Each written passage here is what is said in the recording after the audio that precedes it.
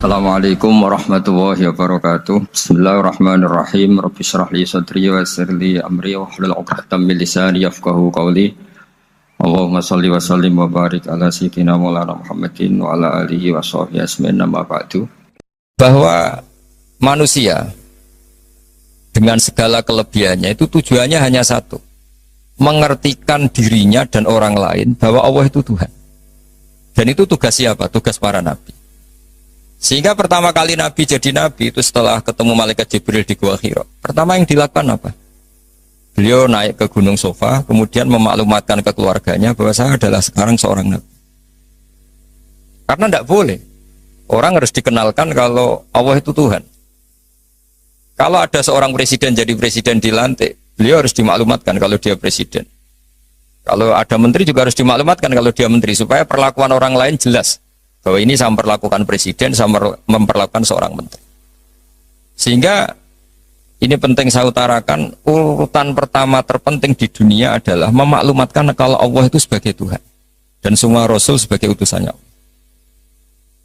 Nah sekarang problem kita adalah karena kita orang Jawa, ngaku sugih itu rapi, ngaku alim itu rapi. Oke, kita sepakat etika itu dalam banyak hal juga baik, tapi itu tidak bisa dipegang banget.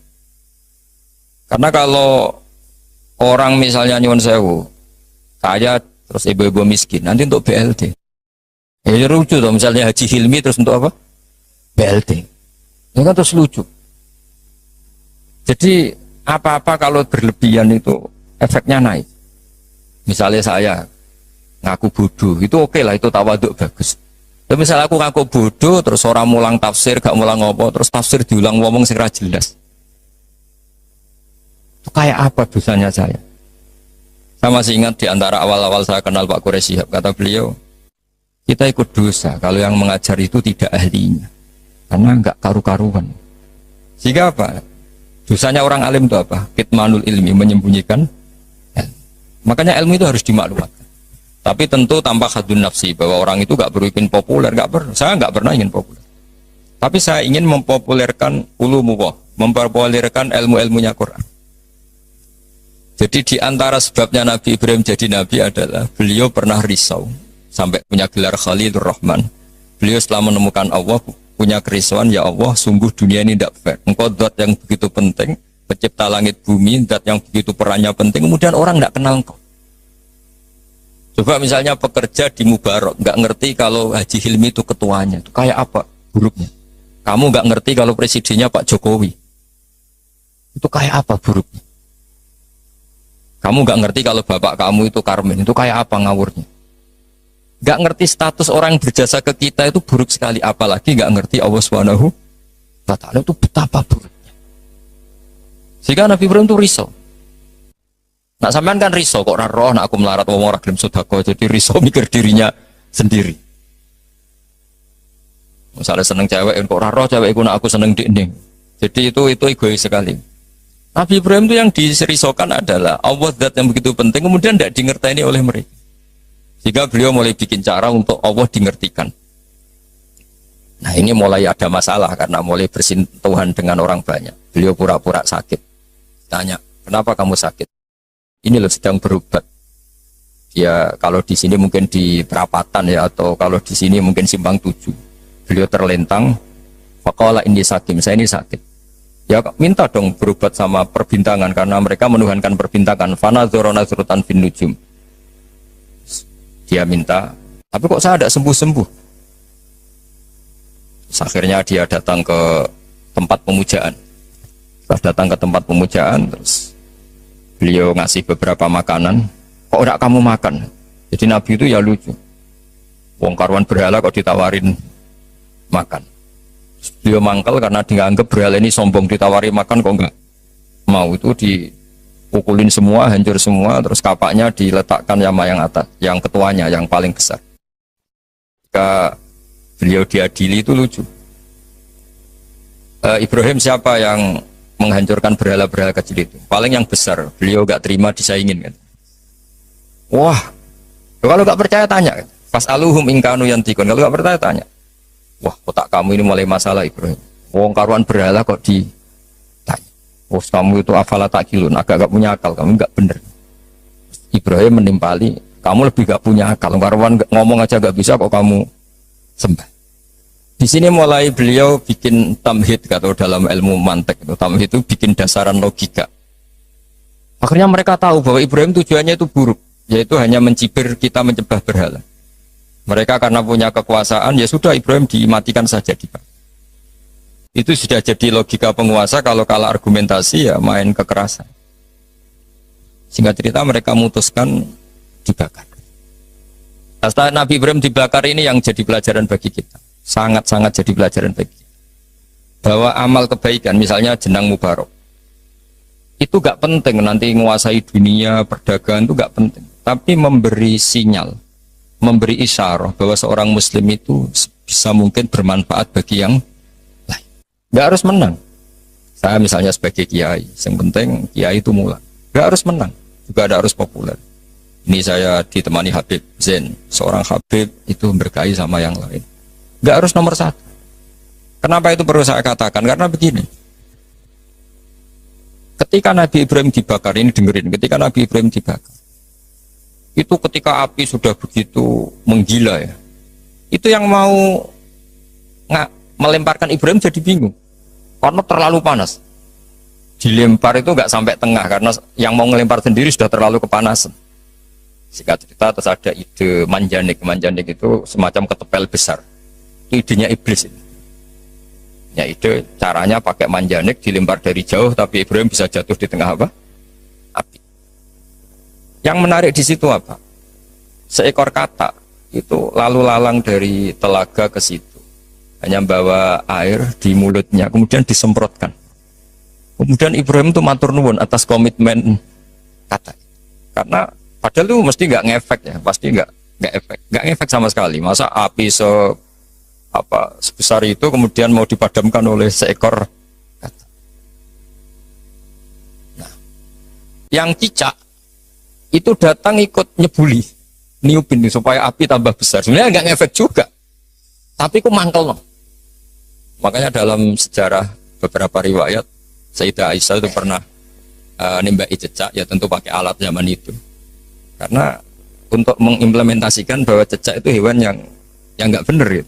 Karena ikut dengan tanda kutip nyumbang membesarnya api. Padahal ya nggak ngefek juga. Itu kan sama jenengan di jalan, ono wong idoni dari jarak 10 meter. Sampean mangkel nggak? Mangkel kan meskipun nggak kena. Roh raimu malah jus, kan mangkel. Padahal nggak kena. Sama, kowe ra duwe dhuwit ana wong senyum tuh seneng, padahal ora nyafaati, butuh dhuwit kok dikai senyum.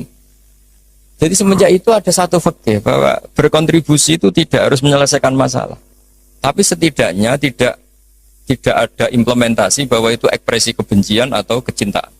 Yang kata tadi ekspresi kecintaan sehingga beliau lalu lalang ingin ikut memadamkan apa? Api. Yang cicak tadi kurang ajar karena ikut. Sama, mungkin kita bikin mubarok food, mungkin ya, saya tidak tahu. Mungkin kita tidak akan mengalahkan kekayaan Cina. Tapi setidaknya umat Islam berlatih wira usaha, sehingga lahirlah mubarok food yang banyak dengan bentuk yang berbeda. Sehingga umat Islam berlatih menjadi aktor, bukan objek. Begitu juga saya ngiyai ngajar tafsir. Orang supaya tahu bahwa pondok-pondok Indonesia bisa menghasilkan orang alim. Itu juga jenengan bahwa bisa nikmati gaji pertama, bahwa orang bisa seneng itu tidak harus pakai korupsi, pakai mencuri, tapi seneng sejati adalah makan gajinya apa? Sendiri. Apapun kita tidak mewakili dunia, implementasi itu sesuatu yang sangat dihormati oleh Allah. Kayak Allah menghormati amalud difda. Sehingga ketika ada seorang dokter, ya Rasulullah saya ini ada sedikit penyakit yang solusinya obatnya materinya harus apa saya boleh membunuh kata fanaha angkot ya Nabi melarang membunuh. Karena pernah berkontribusi, setidaknya ingin berkontribusi terhadap pemadaman api yang membakar Nabi siapa? Ibrahim. Kowe dibujuk, masih didoni ke 3 meter, oleh memangkel. Gak bisa dia ngelak gini, ora kena ya mas. Tidak bisa seperti itu. Sudah. Di antara yang membolehkan ulama kerso atau mau populer, atau mau dimaklumatkan, atau mau tampil, adalah awalun nubuwah itu dimulai dari at-tahaddi. Jadi semua kenabian itu dimulai dari memaklumatkan ke publik bahwa seorang Rasulullah Muhammad SAW, juga semua nabi itu harus memaklumatkan diri kalau beliau itu nabi. Nah sebetulnya itu juga seterusnya, orang alim, wali, itu juga habib, itu juga harus memaklumatkan diri kalau beliau itu habib. Tentu tidak harus dengan lisan, tidak harus dengan apa, tapi yang penting memaklumatkan. Kenapa itu penting? Kita bikin analogi. Saya bikin analogi dulu. Misalnya Anda punya istri sedang hamil. Anda tahu di situ ada klinik persalinan atau dokter bayi atau dokter untuk menangani orang-orang hamil. Itu Anda ngerti karena apa? Karena plang ya, karena tanda itu. Di situ ditulis dokter kandungan siapa itu, atau klinik persalinan, atau bahasa kerennya klinik korban lelaki. Itu menjadi tahu karena diberitahu. Begitu juga kita konsultasi sama dokter psikologi, kita tahu karena ada tulisan dokter psikologi dan seterusnya. Kemudian kita kuliah juga gitu, menjadi tahu kalau itu UGM, UII atau UI juga karena tulisan atau karena maklumat. Nah harusnya memberitahu kalau Anda orang alim atau Anda wali atau apa itu boleh dengan makna yang positif bahwa ini maklumat. Nah kaitannya dengan Nabi Ibrahim alaihissalam, beliau itu pernah munajat dan ini awal beliau bergelar Khalilur Rahman, kekasihnya Allah. Beliau itu pernah munajat sama Allah sambil bergumam gremeng lah kira-kira. Tapi gremengnya Nabi ya jadi wiridan itu. Kalau gremengnya sampean jadi laknat itu. Ini gremengnya Nabi, tapi bergumam. Ya Allah, dunia ini tidak fair. Engkau zat yang begitu penting, paling berpengaruh, yang menciptakan langit bumi, kemudian engkau tidak diketahui. Bayangkan misalnya kalau seorang presiden jalan di kanan tersinggungnya, Masya Allah. Seorang raja Arab Saudi kenalan sama orang, terus orang itu tanya, jenengan dalamnya pundi, itu kan tersinggung. Aku sing di Arab Saudi buat takoi. Begitu juga seterusnya. Ada Gus besar misalnya di pondoknya, terus orang tanya, jenengan dalamnya pundi, aku sing di pondok. Sama Haji Hilmi misalnya ditanya, saya mau ke Kudus cari jenang Mubarak, ya jenengan sinten. Bukan nanya uang, sing duwe jadi tentang jenang sinten. Sehingga Nabi Ibrahim itu tersinggung setersinggung-singgungnya karena beliau seorang Khalilur Rahman. Ya Allah, dunia ini tidak fair. Engkau zat yang begitu penting, kemudian orang nggak tahu tentang kau. Makanya ya maklum kan zaman itu kan orang masih kafir, menyembah batu, menyembah berhala. Orang nggak menyebut Allah, nggak menyebut Tuhan. Akhirnya beliau ngendikan, Innahu ya Rabbi la yahzununi an la ara ahadan fil ghairi fil ardi ya'buduka ghairi. Memang itu saya hafalkan ya. Innahu la yahzununi. Jadi innahu pakai inna, masih pakai lam taukid. Innahu la yahzununi, sungguh sangat menyusahkan saya. Ada yang baca la yuhzinani sama ya, karena dalam qiraah sab'ah ada fala yahzunka qauluhum, ada qiraah fala yuhzinka qauluhum. Sungguh sangat menyusahkan saya, sangat merisaukan saya bahwa engkau zat yang begitu penting, kemudian yang tahu kalau engkau Tuhan itu hanya saya. Yang menyembah juga hanya saya. Ini enggak fair. Zat sepenting engkau, kemudian fungsi jenengan, fungsi engkau tidak diketahui kecuali oleh saya. Itu kan ibarat misalnya kayak tadi, Anda yang punya Alphard saja di tukang parkir kan juga tersinggung. Mungkin di Alphard kok darah di tukang parkir. Nah, karena Nabi Ibrahim itu seorang nabi, ketersinggungannya bukan urusan pribadi, tapi urusan Allah Subhanahu wa taala. Makanya dalam sebuah riwayat, saya ulang lagi, dalam sebuah riwayat, ketika Allah tang hadits qudsi, kuntu kanzan makhfiyan fa'aradtu an u'rafa fa khalaqtul khalqa liya'rifuni. Kata Allah, saya sebelum menciptakan makhluk pun sudah Tuhan. Andaikan Allah tidak menciptakan langit bumi juga sudah Tuhan. Andaikan Allah tidak menciptakan surga dan neraka juga sudah Tuhan. Karena ketuhanan Allah itu hakikat, bukan karena apa-apa. Memang dia Tuhan. Tapi kata Allah, tapi saya ingin dikenal. Kemudian maka saya ciptakan makhluk supaya mengenal saya. Maka masyhur kalau dalam semua ilmu tafsir, dari semua ilmu tasawuf, wa ma khalaqtul jinna wal insa illa liya'budun, saya tidak menciptakan jin dan manusia kecuali mereka beribadah kepada saya. Itu hampir semua mufassir menerangkan illa liya'budun illa liya'rifuni, supaya mereka ngerti saya. Karena awal menyembah itu dari tahu. Kamu tidak bisa menyembah sesuatu yang kamu sendiri tidak tahu. Makanya guru-guru kita zaman kita ngaji di mana saja itu awal wajibin alal insani ma'rifatullah, karena untuk bisa nyembah Allah dimulai dari tahu. Maka illa liya'budun illa liya'rifun, supaya mereka kenal saya. Sehingga karena makna ibadah di situ adalah mengenal Allah, mbok wong ibadah ngetuk rino wengi masih afdal orang alim. Karena orang alim ini orang yang mengenalkan Allah Subhanahu wa ta'ala. Saya hari ini tadi saya belajar banyak tentang tafsir tentang Nabi Ibrahim, bahwa agama ini kata Rasulullah SAW memang diidentikan ya tentu Nabi Muhammad SAW tetap Sayyidul Awalin wal Akhirin Sayyidul Anbiya, tapi agama ini diidentikan dengan anit tabi' millata Ibrahim hanif, bahwa kamu Muhammad harus mengikuti Nabi. Sehingga ketika kita bersolawat sendiri harus kalimatnya Allahumma sholli ala sayyidina Muhammad wa ala ali sayyidina Muhammad kama shollaita ala sayyidina Ibrahim. Jadi Nabi Ibrahim tetap dianggap master, bahwa ya Allah engkau bersolawat ke Nabi Muhammad sebagaimana engkau bersolawat ke Nabi Ibrahim. Karena Nabi Ibrahim ini yang bapak tauhid, millata abikum Ibrahim. Ibrahim itu cara bertauhid bukan sekedar adu argumentasi, tapi beliau berpikir jangka panjang. Misalnya sekarang kita bicara kalau miladnya sudah berapa? 110 tahun. Jadi sebelum kemerdekaan. Nabi Ibrahim ketika mau meninggal cara berpikir sederhana begini, ya Allah, saya menyembah engkau, saya seorang nabi, saya mentasbihkan engkau, saya mentahmidkan engkau, saya mentakbirkan engkau. Tapi saya ini tetap mati. Padahal saya ingin yang mentasbihkan engkau ini abadi. Yang mensolati, yang mengibadah solat abadi, tasbih abadi. Ini gimana ya Allah? Solusinya apa? Ya Allah, saya ini harus punya turunan yang menjaga tradisi ini, yang menjaga keluhuran ini. Sehingga beliau nangis itu ingin punya anak soleh itu bukan karena beliau nanti kalau nggak anak soleh itu gimana, enggak. Gamane nangisi nasibnya agama ini gimana kalau saya tidak punya anak, tidak punya cucu yang soleh. Barokahnya itu pula nggak ada nabi setelah Ibrahim kecuali ada darahnya Nabi Ibrahim. Yang nggak ada nabi setelah Ibrahim kecuali pasti ada darahnya Nabi Ibrahim, baik dari ibu Sarah maupun dari ibu siapa? Hajar.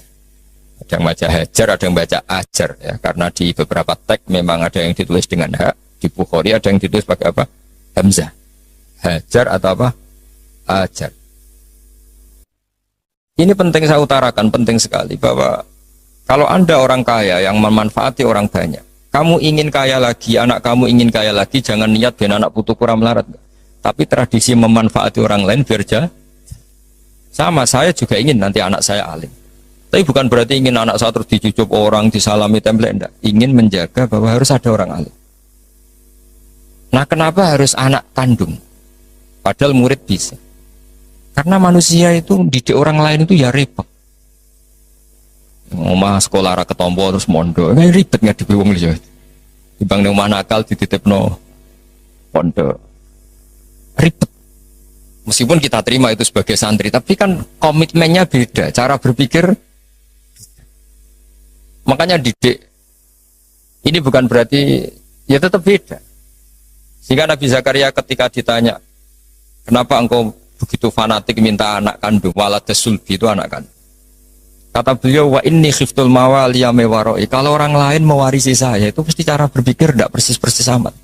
Meskipun solehnya mungkin mirip ya, tapi tetap beda. Saya punya pengalaman. Tidak sampean jangan terus kecil hati, saya ada anak kiai. Kesolehan itu tidak harus jadi kiai. Saya punya pengalaman ya, pengalaman entah buruk entah baik, terserah cara Anda menafsirkan. Kiai itu kalau betul-betul kiai itu melihat orang sholat itu senangnya masya Allah. Melihat preman sholat itu senang. Melihat orang tobat senang. Padahal ya orang untung-untungnya di mana tuh? Gak ada untungnya. Tapi karena dia dididik bahwa sholat ini cagai bumi. Apalagi kalau kiai ini sudah jadi wali, bahwa Allah tidak menghancurkan bumi ini, pertimbangannya karena masih ada yang sholat. Sementara kalau kamu itu otaknya pedagang, roh wong sholat itu banyak kebutuhan sarung. Wah, nak ngono gawe sarung. Berarti tekem Cina kayak tadi. Banyak orang haji terus Cina merodok apa? Pakaian apa? Ihram. Banyak orang wiridan terus Cina merodok siapa? tasbih. Tapi kalau wali itu tidak begitu cara berpikir. Jadi melihat orang sholat itu, ya Allah itu luar biasa. Terus kepikiran, nyari kalimat apa yang kira-kira dengan sujud itu benar-benar plus tauhid. Akhirnya dicari-cari lah kira-kira kalimatnya Subhana Rabbiyal A'la bihamdi maha suci engkau yang maha luhur. Karena sekali sujud itu dia tidak benar komitmennya, bisa sujud kepada makhluk. Dan itu bahaya, wes sujud, wes batu eneng bumi, jebule kli. Itu beda, perasaannya wali sama itu beda. Kalau kamu pedagang kaya terus wali itu mesti gini, saya ingin jadi orang kaya pedagang. Ben wong Islam iku mburoh wong sing salat. Kayak apa hinanya kita, misalnya sampean apal Quran, iso ngaji maca Fathul Mu'in, terus dimajikan sing ora cewek, tersiksa enggak? Kayak apa tersiksanya?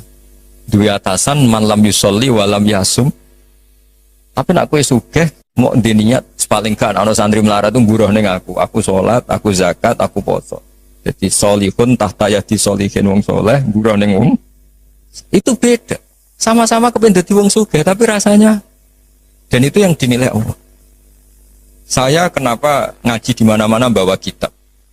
Setidaknya orang tuh lebih terhormat ngaji Mbak Nawawi, kitabnya jelas. Sanad saya jelas, saya ngaji Mbah Mun, ngaji bapak saya, ngaji keluarga Kudus, keluarga Kajen.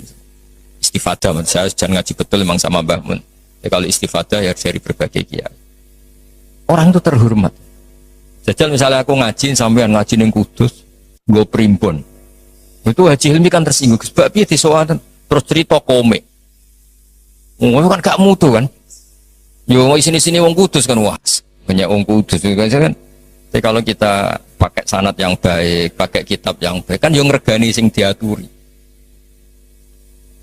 Sehingga kenapa Nabi itu mesti min ansabi qaumi? Enggak ada Nabi kecuali dari nasab terbaik. Enggak ada Nabi kalah ganteng. Semua Nabi pasti yang terganteng di kaumnya. Ya terbaik nasabnya di kaumnya, karena Allah itu kepengen ngergani masyarakat. Misalnya kayak di Nabi terus keriting, pesek, ya ribet, senajan to soleh. Maka nggak ada Nabi ilamin ansabi kaum kecuali dari nasab terbaik. Jadi kadang-kadang orang salah paham, wah ini nasab nggak penting, ya penting sekali. Justru dengan nasab ini masyarakat terhormat, punya Nabi dari kasta terbaik, dari marga terbaik, dari kultur terus wajahnya juga ajmalan nas. Makanya wakana Rasulullah sallallahu alaihi wasallam ahsanan nasi khalqau wa khuluqan. Nabi itu pasti yang paling ganteng. Enggak boleh Nabi pesek itu aja enggak boleh. Apalagi yang lain apa enggak boleh. Tidak usah disebut ya di fitnah. Pokoknya enggak boleh Nabi. Kalau cucunya kalau yang ganteng. Jadi Nabi itu begitu. Saya dulu ya mikir kenapa sih Nabi harus paling ganteng, paling bernasab. Tak angen-angen ini saking baiknya Allah, karena Allah ingin selain Nabi ini orang pilihan, supaya umat ini terhormat kan. Oh senang Kang di Nabi ganteng. Yo gagah. Terus punya kultur yang baik. Kultur yang baik misalnya ditandai minimal yang kita kenal, tidak waladuz zina. Ya tidak waladuz zina. Sehingga Mbah Mun sering cerita ke saya. Kitab Madaih ini kata Mbah Mun, kitab Madaih itu macam-macam. Ono sing khas ilmiah, yaitu arbar janji. Ono sing khas isak brontoning pangeran, yaitu Dibak dan Simtud Duror. Dan beliau begitu ta'aluk sama kitab berjanji, kitab Simtud Duror, ya kitab 3. Saya kemarin baca Dibak, puasa juga baca. Saman perhatikan ketika ulama dulu memuji Nabi. Di antara pujian yang disebut apa? Tarakus sifah hafalam yusibhum aruh. Kan dimulai apa? Hafidhul ilahu karomatal li Muhammadin abahul amjada saunal lismihi. Allah menjaga harga dirinya Rasulullah SAW dimulai. Sayyid Abdullah nggak pernah zina, Sayyid Abdul Muttalib nggak pernah zina, Sayyid Hashim nggak pernah zina. Karena betapa buruknya kita kalau punya Nabi dari nasab yang tidak benar. Maka pujian pertama yang dilantunkan apa? Tarokus sifaha. Mereka meninggalkan berzinahan. Falam yusibhum aruhu. Maka babanya Nabi itu tidak ada ceritanya yang mau berbuat zina. Min adami wa ila abihi. Wa dimulai dari Nabi Adam. Karena keren punya pemimpin. Bapaknya jelas, mbahnya jelas buyutnya. Saratun saronur nubuati fi asari rihurohimul bahiyah. Ini begitu. Akhlaknya juga gitu. Gak ada nabi kok medit. Pusing kan gitu nabi medit. Oh, pusing. Punya nabi goblok, ya pusing kan. Makanya nabi itu harus fatona, harus apa? Cerdas. Misalnya di nabi sekolah atau munggah kan pusing. Terus jadi nabi kue sing ranking. Iya sekolahnya pinter aku kok. Wong jadi kiai saja kalau ketemu temannya pusing. Karena temannya menangin aku sekolah atau munggah itu saja sudah pusing. Makanya jangan pernah jadi kiai ketika kiai kamu masih hidup itu menangi goblokmu itu. Wah itu masalah itu kan. Wong kok konco kiai ketemu konco pengapesan. Kok iso ngorek muin. Wong dhisik maca jurumiyah sering ditek itu aja masalah kan. Makanya terus akhirnya dukun berkode apa ngiyai masalah jalan pintas dukun. Ini saya cerita sehingga Nabi itu mesti dari gen terbaik. Hafizul ilahu karomatan li Muhammadin abaul amjada sonalismi. Allah menjaga harga diri Nabi itu tidak mulai Nabi Muhammad, tapi dimulai dari Nabi Adam. Begitu juga menyangkut ibunya. Terus begitu. Jadi gak ada penjagaan sesempurna kayak Allah menjaga kekasihnya Rasulullah Shallallahu Alaihi Wasallam. Ya, tapi sekarang itu memang zaman fitnah ya macam-macam. Orang baca dibak dikatakan bid'ah. Saya bilang, andaikan dibak kamu baca pakai bahasa Indonesia itu saya yakin tidak ada yang bilang bid'ah. Karena itu buku sejarah. Berhubung mbok waca ndrememel koyok mantra, itu sing mari akhirnya darani bid'ah. Coba kalau kamu baca bahasa Indonesia di depan orang yang biasa darani itu bid, nah kamu baca aja, baca yang apa? Di sini biasanya tiba apa berjanji, pasim tutur apa saja saya hafal insya Allah. Enggak yang terkenal saja. Berjanji apa? Al berjanji misalnya dimulai dari apa? Yang mulai wabak tu fa'aqul huwa Muhammad bin Abdullah bin Abdul Muttalib. Itu kan kalau ditulis bahasa Indonesia ya, ketahuilah bahwa Muhammad putranya Sayyid Abdullah. Muhammad bin Abdullah bin Abdul Muttalib. Abdullah itu punya bapak namanya Abdul Muttalib. Wasmuhu Syaibatul Hamdi. Sayyid Abdul Muttalib itu nama lainnya adalah Syaibah. Kila itu ketika beliau lahir sudah beruban. Syaibatul Hamdi, orang beruban yang sering baca tahmid, baca Alhamdulillah. Sehingga dulu Ka'bah itu kalau menuju ke Ka'bah ada namanya Babu Bani Syaibah. Kalau kamu ngaji fikih kesunatan masuk apa Masjid Haram dari Babu Bani Syaibah itu nama lain dari Sayyid Abdul Muttalib. Wasmu Syaibatul Hamdi. Kenapa dikatakan Alhamdi? Humidat hisoluhus saniyah. Beliau punya perilaku yang sangat terpuji. Di antara yang paling masyhur adalah ketika penduduk Mekah kesulitan nyari air, beliau munajat terus sama Allah sampai mimpi dingertikan lagi oleh Allah tempat Zam-Zam. Apa tempat Zam-Zam. Akhirnya beliau ngeduk lagi. Makanya Zam-Zam itu dinisbatkan ke Abdul Muttalib. Padahal Zam-Zam tentu mulai Nabi Ismail. Paham ya? Tapi di bab tertentu dinisbatkan Abdul Muttalib. Makanya masyhur. Wa yundabul mausulu billadistahar kabi'ri Zam-Zamin yali waman hafar. Jadi Abdul Muttalib itu punya gelar waman hafaro bi'ro Zam-Zama. Wahai orang yang menggali lagi sumur apa? Zam-Zam. Jadi beliau itu intinya itu lama sekali penduduk Mekah itu sudah kehilangan Zam-Zam. Abdul Muttalib munajat. Akhirnya karena beliau min dzurriyyati Ibrahim dingertikan Zam-Zam. Makanya kata Alfiyah apa? Wa yundabul mausulu billadzi istahar kabi'ri Zam-Zamin yali waman hafar.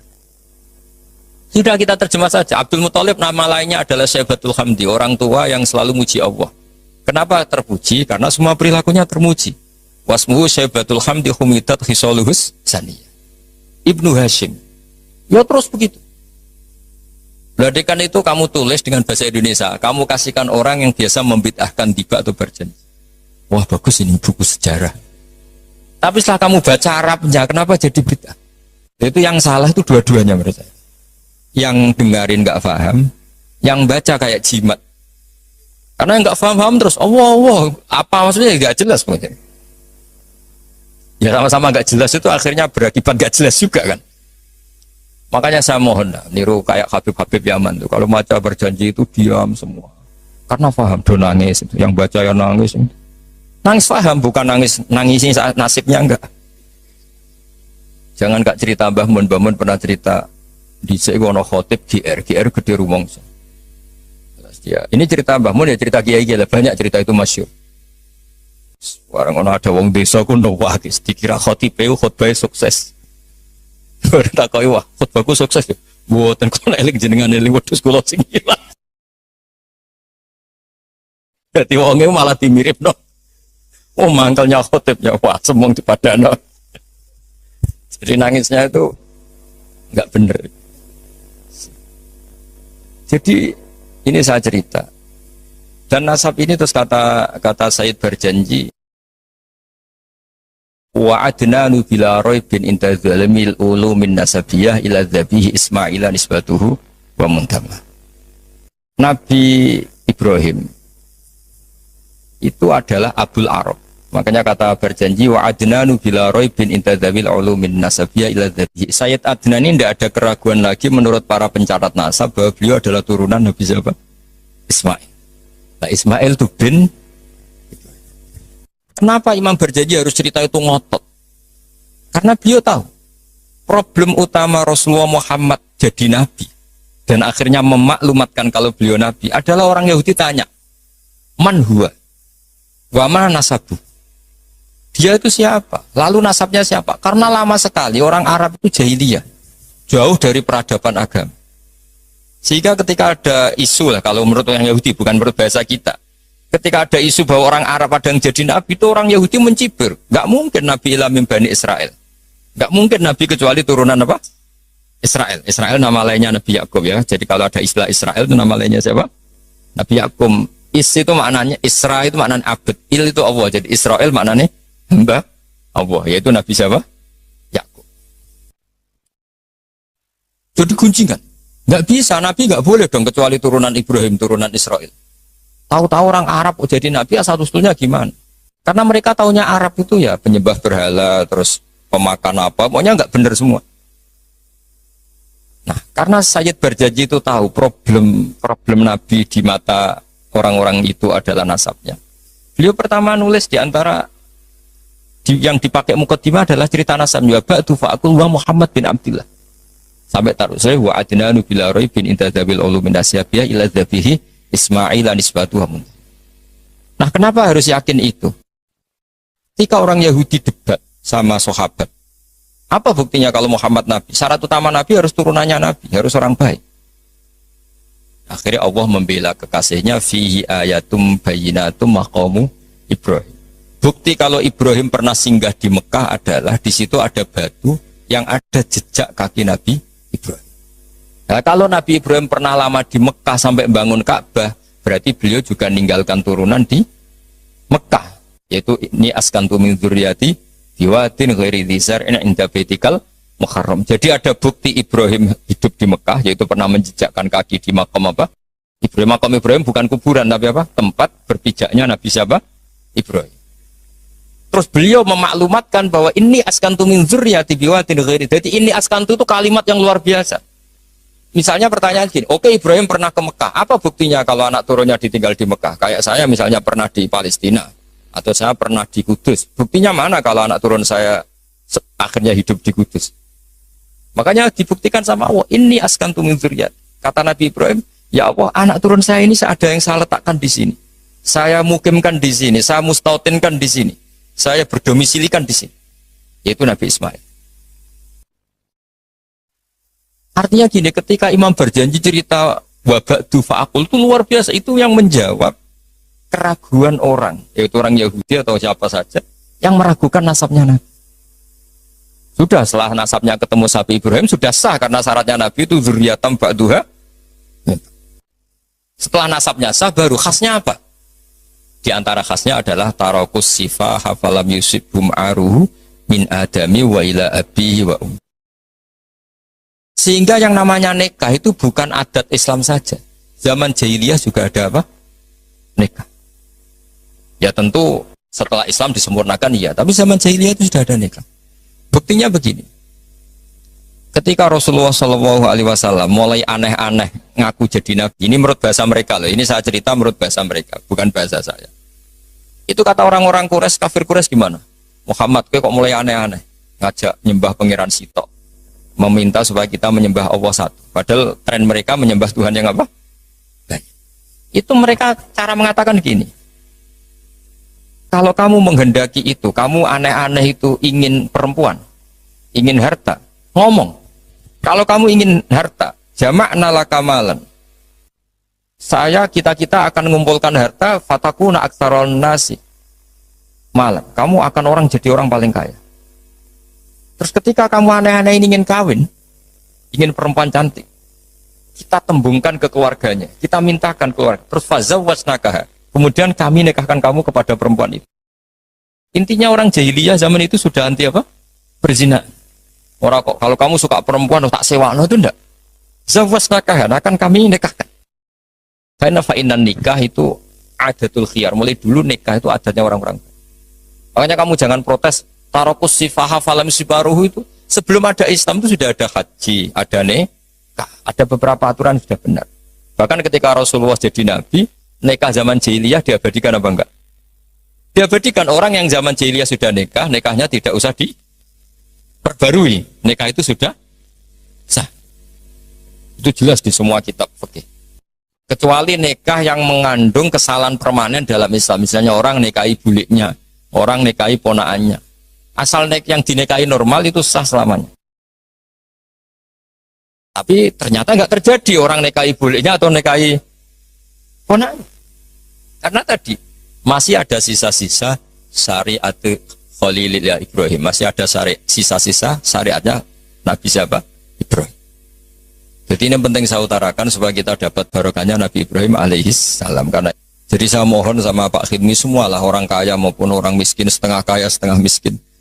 Kalau punya pilihan itu niatnya yang banyak.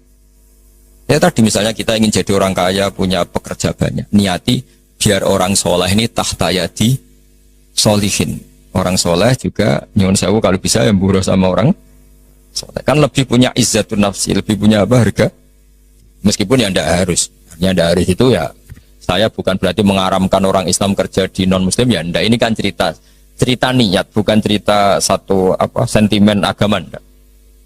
Kita nasionalis religius lah cara bahasa sekarang goalnya itu enggak masalah. Tapi ini kan cerita. Ketika saya ini meskipun kecelok alim itu masih belajar sampai sekarang. Setidaknya lebih menghormati lah. Kalau kita ngaji ya belajar. Meskipun ya tetap mungkin salah namanya manusia, tapi lebih menghormati. Kalau kamu jadi dokter ya masih belajar, sehingga orang wong ngeluh mbok obati penisilin. Kalau sudah tidak belajar pasti gitu kan. Ilmunya sudah tidak update, sementara penyakitnya update. Itu kan kayak banyak orang kuno itu. Ilmu kuno digonyolusiane cah saiki kan bingung. Dan Nabi Ibrahim sudah bervisi jangka panjang. Jadi ketika beliau tahu kalau pasti meninggal, beliau berdoa, Rabbana wab'ats fihim rasulam minhum yatlu 'alaihim ayatika. Ya Allah, saya ini pasti meninggal, maka zuriyah saya harus jadi rasul. Di mana rasul itu tugas utamanya apa? Yatlu 'alaihim ayatika. Saya hanya punya kepentingan ada yang selalu memaklumatkan bahwa engkau itu Tuhan. Bahwa cara menyembah engkau orang juga benar karena anut guru. Jadi kekhawatiran beliau itu enggak ada rasul yang yatlu 'alaihim ayatika yang membacakan ayat-ayatmu. Betapa bahayanya kalau kita ini terus kemudian tidak ada ulama, tidak ada kiai. Mungkin kita sudah menuhankan uang, menuhankan jabatan, tapi barokahnya banyak ulama, banyak kiai. Kita hanya menuhankan Allah Subhanahu wa taala. Ono corona ya tenang, ono poe tenang. Mati ya mati aja biasa. Coba kita zaman dijajah Belanda, kayak apa susahnya kita? Itu orang-orang kita dulu ya bahagia dan banyak istrinya banyak padahal zaman itu. Padahal zaman sekarang aja susah, zaman itu sudah. Coba kita nong kuno-kuno itu.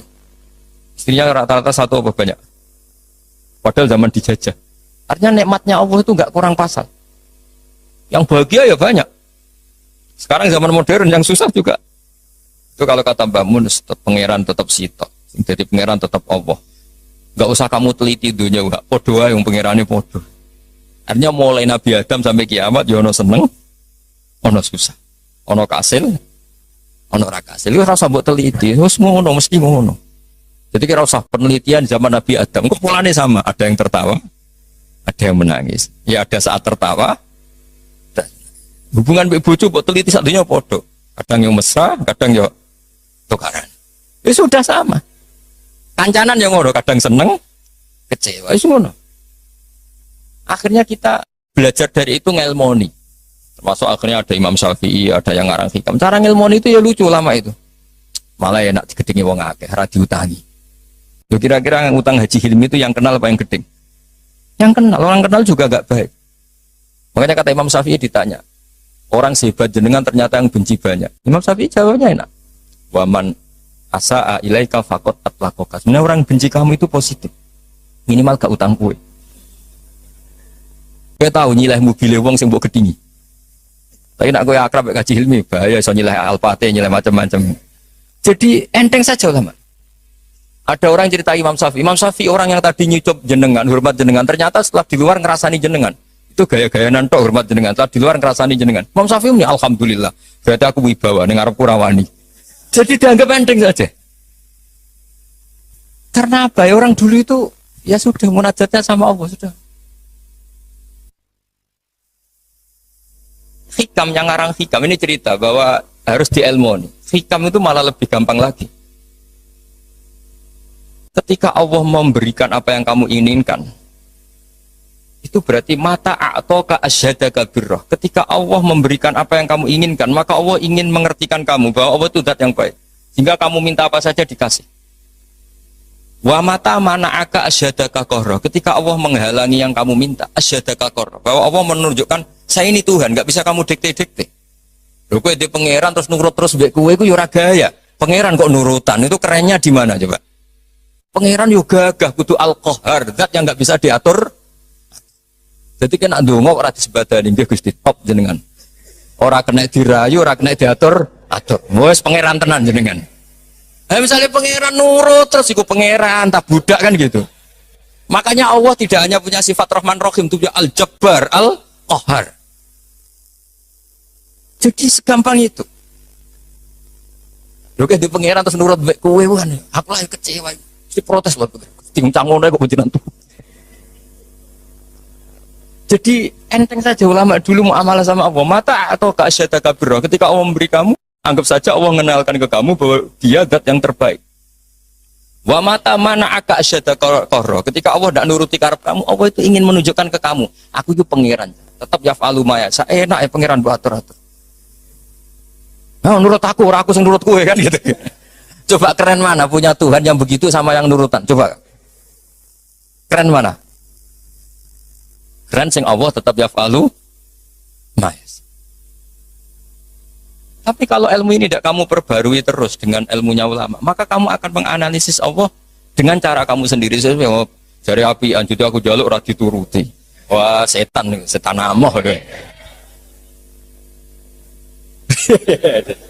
Jadi ulama dulu itu asik gitu. Coba saya itu termasuk kiai muda yang nggak mati bukan karena saya apa. Rasulullah tuh kalau ngajari melihat kehidupan kematian tuh rileks. Ya Allah, kalau saya hidup, ini ngajari ke kita ya. Anggap saja ini peluang untuk menambah kebaikan. Kalau saya mati, anggap saja itu akhir dari segala keburukan. Makanya saya itu tidak pati takut mati. Coba hidup kita ke depan. Meskipun naudzubillah min dzalik, potensi zina, potensi korupsi. Yang sudah korupsi, potensi korupsi lagi. Yang sudah kadung zina, potensi zina lagi. Yang bisa ngakhiri itu apa coba? Mati.